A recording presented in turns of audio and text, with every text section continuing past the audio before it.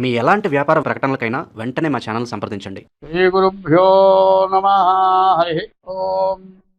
శ్రీ మహాగణాధిపతయే నమ.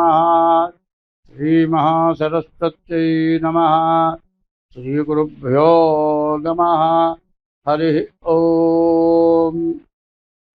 అగజానన పద్మార్కము గజానన మహర్నిశం అనేకదం తం భక్తానాం ఏకదం తముపాస్మహే. వందే శంభుముమాపతిం సురగురుం వందే జగత్కారణం వందే పన్నగభూషణం మృగధరం వందే పశూనాం పతిం వందే సూర్యశశాంకవక్నినయనం వందే ముకుందప్రియం వందే భక్తజనాశ్రయం చ వరదం వందే శివం శంకరం. 2025 సంవత్సరం డిసెంబర్ నెల 7వ రాశి తులారాశి. తులా వృషభజం భృగు. ఈ రాశి 6 రాశుల దాకా కూడా ఈ రాశి బాగుంది. ఇప్పుడు తులారాశి కొంతవరకు బాగుంది. అంటే బుధుడు, శుక్రుడు, బుధుడు, కేతువు, శని 5 గ్రహాలు బాగున్నాయి. 9 గ్రహాల్లో 5 గ్రహాలు బాగున్నాయి. ఈ ఒక్క రాశి కొంతవరకు బాగున్నట్లుగా కనపడుతుంది.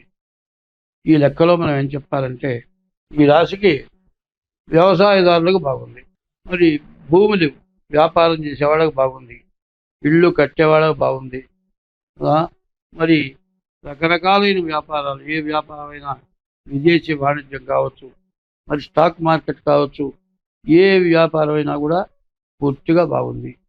తర్వాత ఈ నెల నుంచి వ్యవసాయదారులకు పూర్తిగా బాగుంది. వ్యవసాయదారులు చాలా జాగ్రత్తగా పంట పండించుకోవచ్చు. అయితే వీళ్ళకి చెప్పే సూచన ఒక్కటే, ఎప్పుడైనా సరే పంట చేతికి వచ్చింది అన్న తర్వాత కూలి వాళ్ళు దొరకలేదను, వాళ్ళ ఓపిక లేదను అశ్రద్ధ చేయొద్దు. అశ్రద్ధ చేస్తే వర్షం కురిసి పంట మొత్తం పోయే లక్షణాలు ఉన్నాయి. నీవు బాగుండాలి అంటే ఈ రాశివాళ్ళు ఎప్పుడు కూడా గోవుని పూజించాలి. గోవుని పూజిస్తే మీ భూమి పంట పండుతుంది. తర్వాత ఈశ్వరార్చన చేయాలి. ఈశ్వరుని పూజించండి. ఈ రాశివాళ్ళకి బాగుంటుంది. మరి ఇల్లు కట్టుకోవాలి, పెళ్ళి కావాలి అని కోరుకునే వాళ్ళు ఎంతోమంది ఉన్నారు. జీవితంలో మానవుడికి 3 రకాలు ఉన్నాయి. ముందు విద్య, తర్వాత ఉద్యోగం, తర్వాత వివాహం, ఇవి తర్వాత సంతానం. ఈ 4 అవసరమైనవే. విద్య వచ్చిందాకా ఒక బాధ, విద్య వచ్చి ఉద్యోగం రాక, చాలామంది ఉద్యోగం లేక ఇబ్బంది పడుతున్న వాళ్ళు చాలా ఉన్నారు. అయితే విద్య దేనికి అనేది ముందు ఆలోచించుకోవాలి. విద్య విజ్ఞానానికి విద్య. విజ్ఞానం కలిగి ఉంటే అందరితో కలిసి మాట్లాడగలం. ఇప్పుడు చదువుకున్న వాళ్ళు ఏంటంటే వాళ్ళతో సమానమైన చదువుకున్న వాళ్ళతోటే వాళ్ళు కలుస్తున్నారు. ఐశ్వర్యవంతులుంటే వాళ్ళతో సమానమైన వాళ్ళని వాళ్ళ ఇళ్లలో కార్యాలకు పిలుస్తున్నారు. కానీ తనకంటే తక్కువ వాళ్ళని చూచే ఉద్దేశం లేనే లేదు. వాళ్ళ తిరుపతి దేవస్థానం ప్రధాన అర్చకులు లాంటి వాళ్ళే చెబుతూ ఉన్నారు, హుండీలో డబ్బులు వేయబాకండి, పాడుబడ్డ దేవాలయాలను పోషించడానికి ప్రయత్నం చేయండి. ఈ డబ్బు మొత్తం ప్రభుత్వానికి తప్పితే ఎవరికి వచ్చేది ఏమీ లేదు.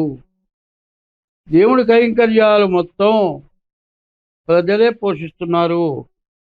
కాబట్టి ఎక్కడైనా కష్టాలు వచ్చినప్పుడు ప్రజలకు ఉపయోగపడితే మంచిది ధనం. ఈ ధనం అట్లా ఉపయోగపడాలి అంటే మానవ జన్మ ఎత్తిన వాళ్ళు, దైవభక్తి గలవాళ్ళు, జ్ఞానం కలవాళ్ళు, మరి ఆకలైన వాళ్ళకి అన్నం పెట్టండి. కడుపు నిండా ఉన్నవాడికి అన్నం పెట్టడం కాదు. శుభకార్యం జరిగితే గొప్ప వాళ్ళని చూసి పిలుస్తారు. వాళ్ళు ఎంత తెలుస్తారో చూస్తారు. ఇప్పుడు ఒక్క వివాహానికి ఎంతో విపరీతమైన ఖర్చు పెడుతున్నారు. ఆయన ఇప్పుడు కొత్తగా వచ్చింది ఏమిటా అంటే, ఇదివరకు వివాహం జరిగితే 50 రకాలు, 60 రకాలు, 100 రకాలు భోజనాలు బఫే.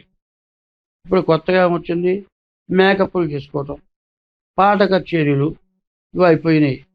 పెళ్లికి ముందే డ్యాన్స్ మాస్టర్లు వస్తున్నారు, ఇంట్లో అందరికీ డ్యాన్స్ నేర్పుతున్నారు.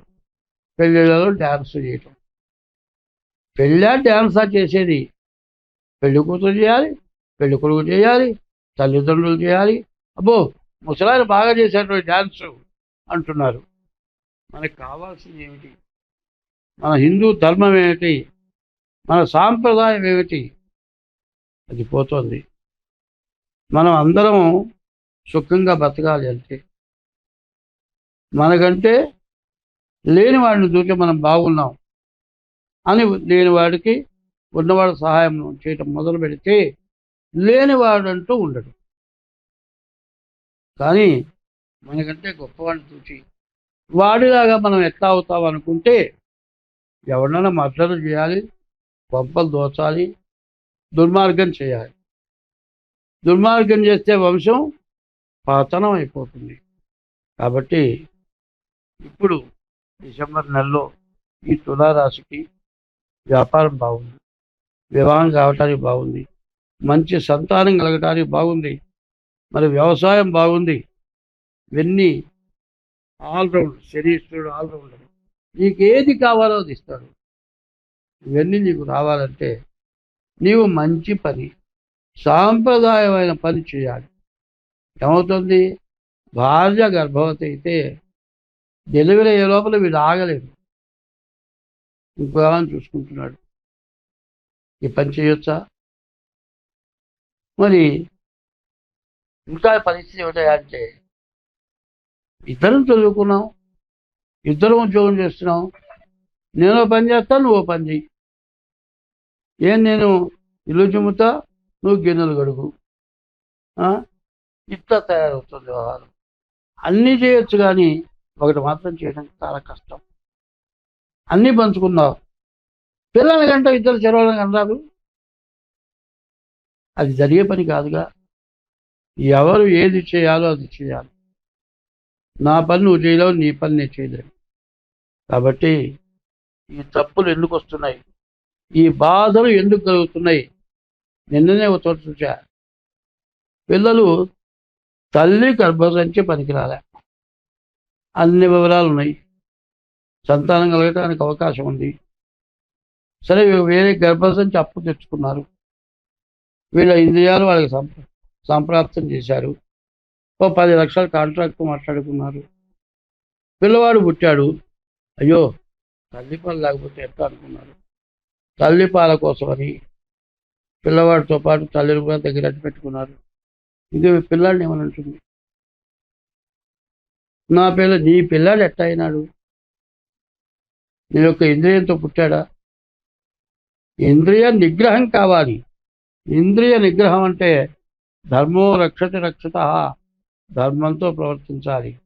ముందు మొట్టమొదటి ధర్మం, భార్యాభర్తలు సవ్యమైన మార్గంలో ప్రవర్తించి దైవాన్ని పూజించి, తల్లి తండ్రి గురువు దైవం వాళ్ళని పూజించండి, వీరందరూ బాగుంటారు. ఈ రాశికి బుధుడు బాగున్నాడు, వ్యవసాయం బాగుంది. బుధుడు బాగున్నాడు, వ్యాపారం బాగుంది. శుక్రుడు బాగున్నాడు, ఇల్లు కట్టుకుంటానికి, ఇంటికి సంబంధించిన వాటన్నిటికీ బాగుంది.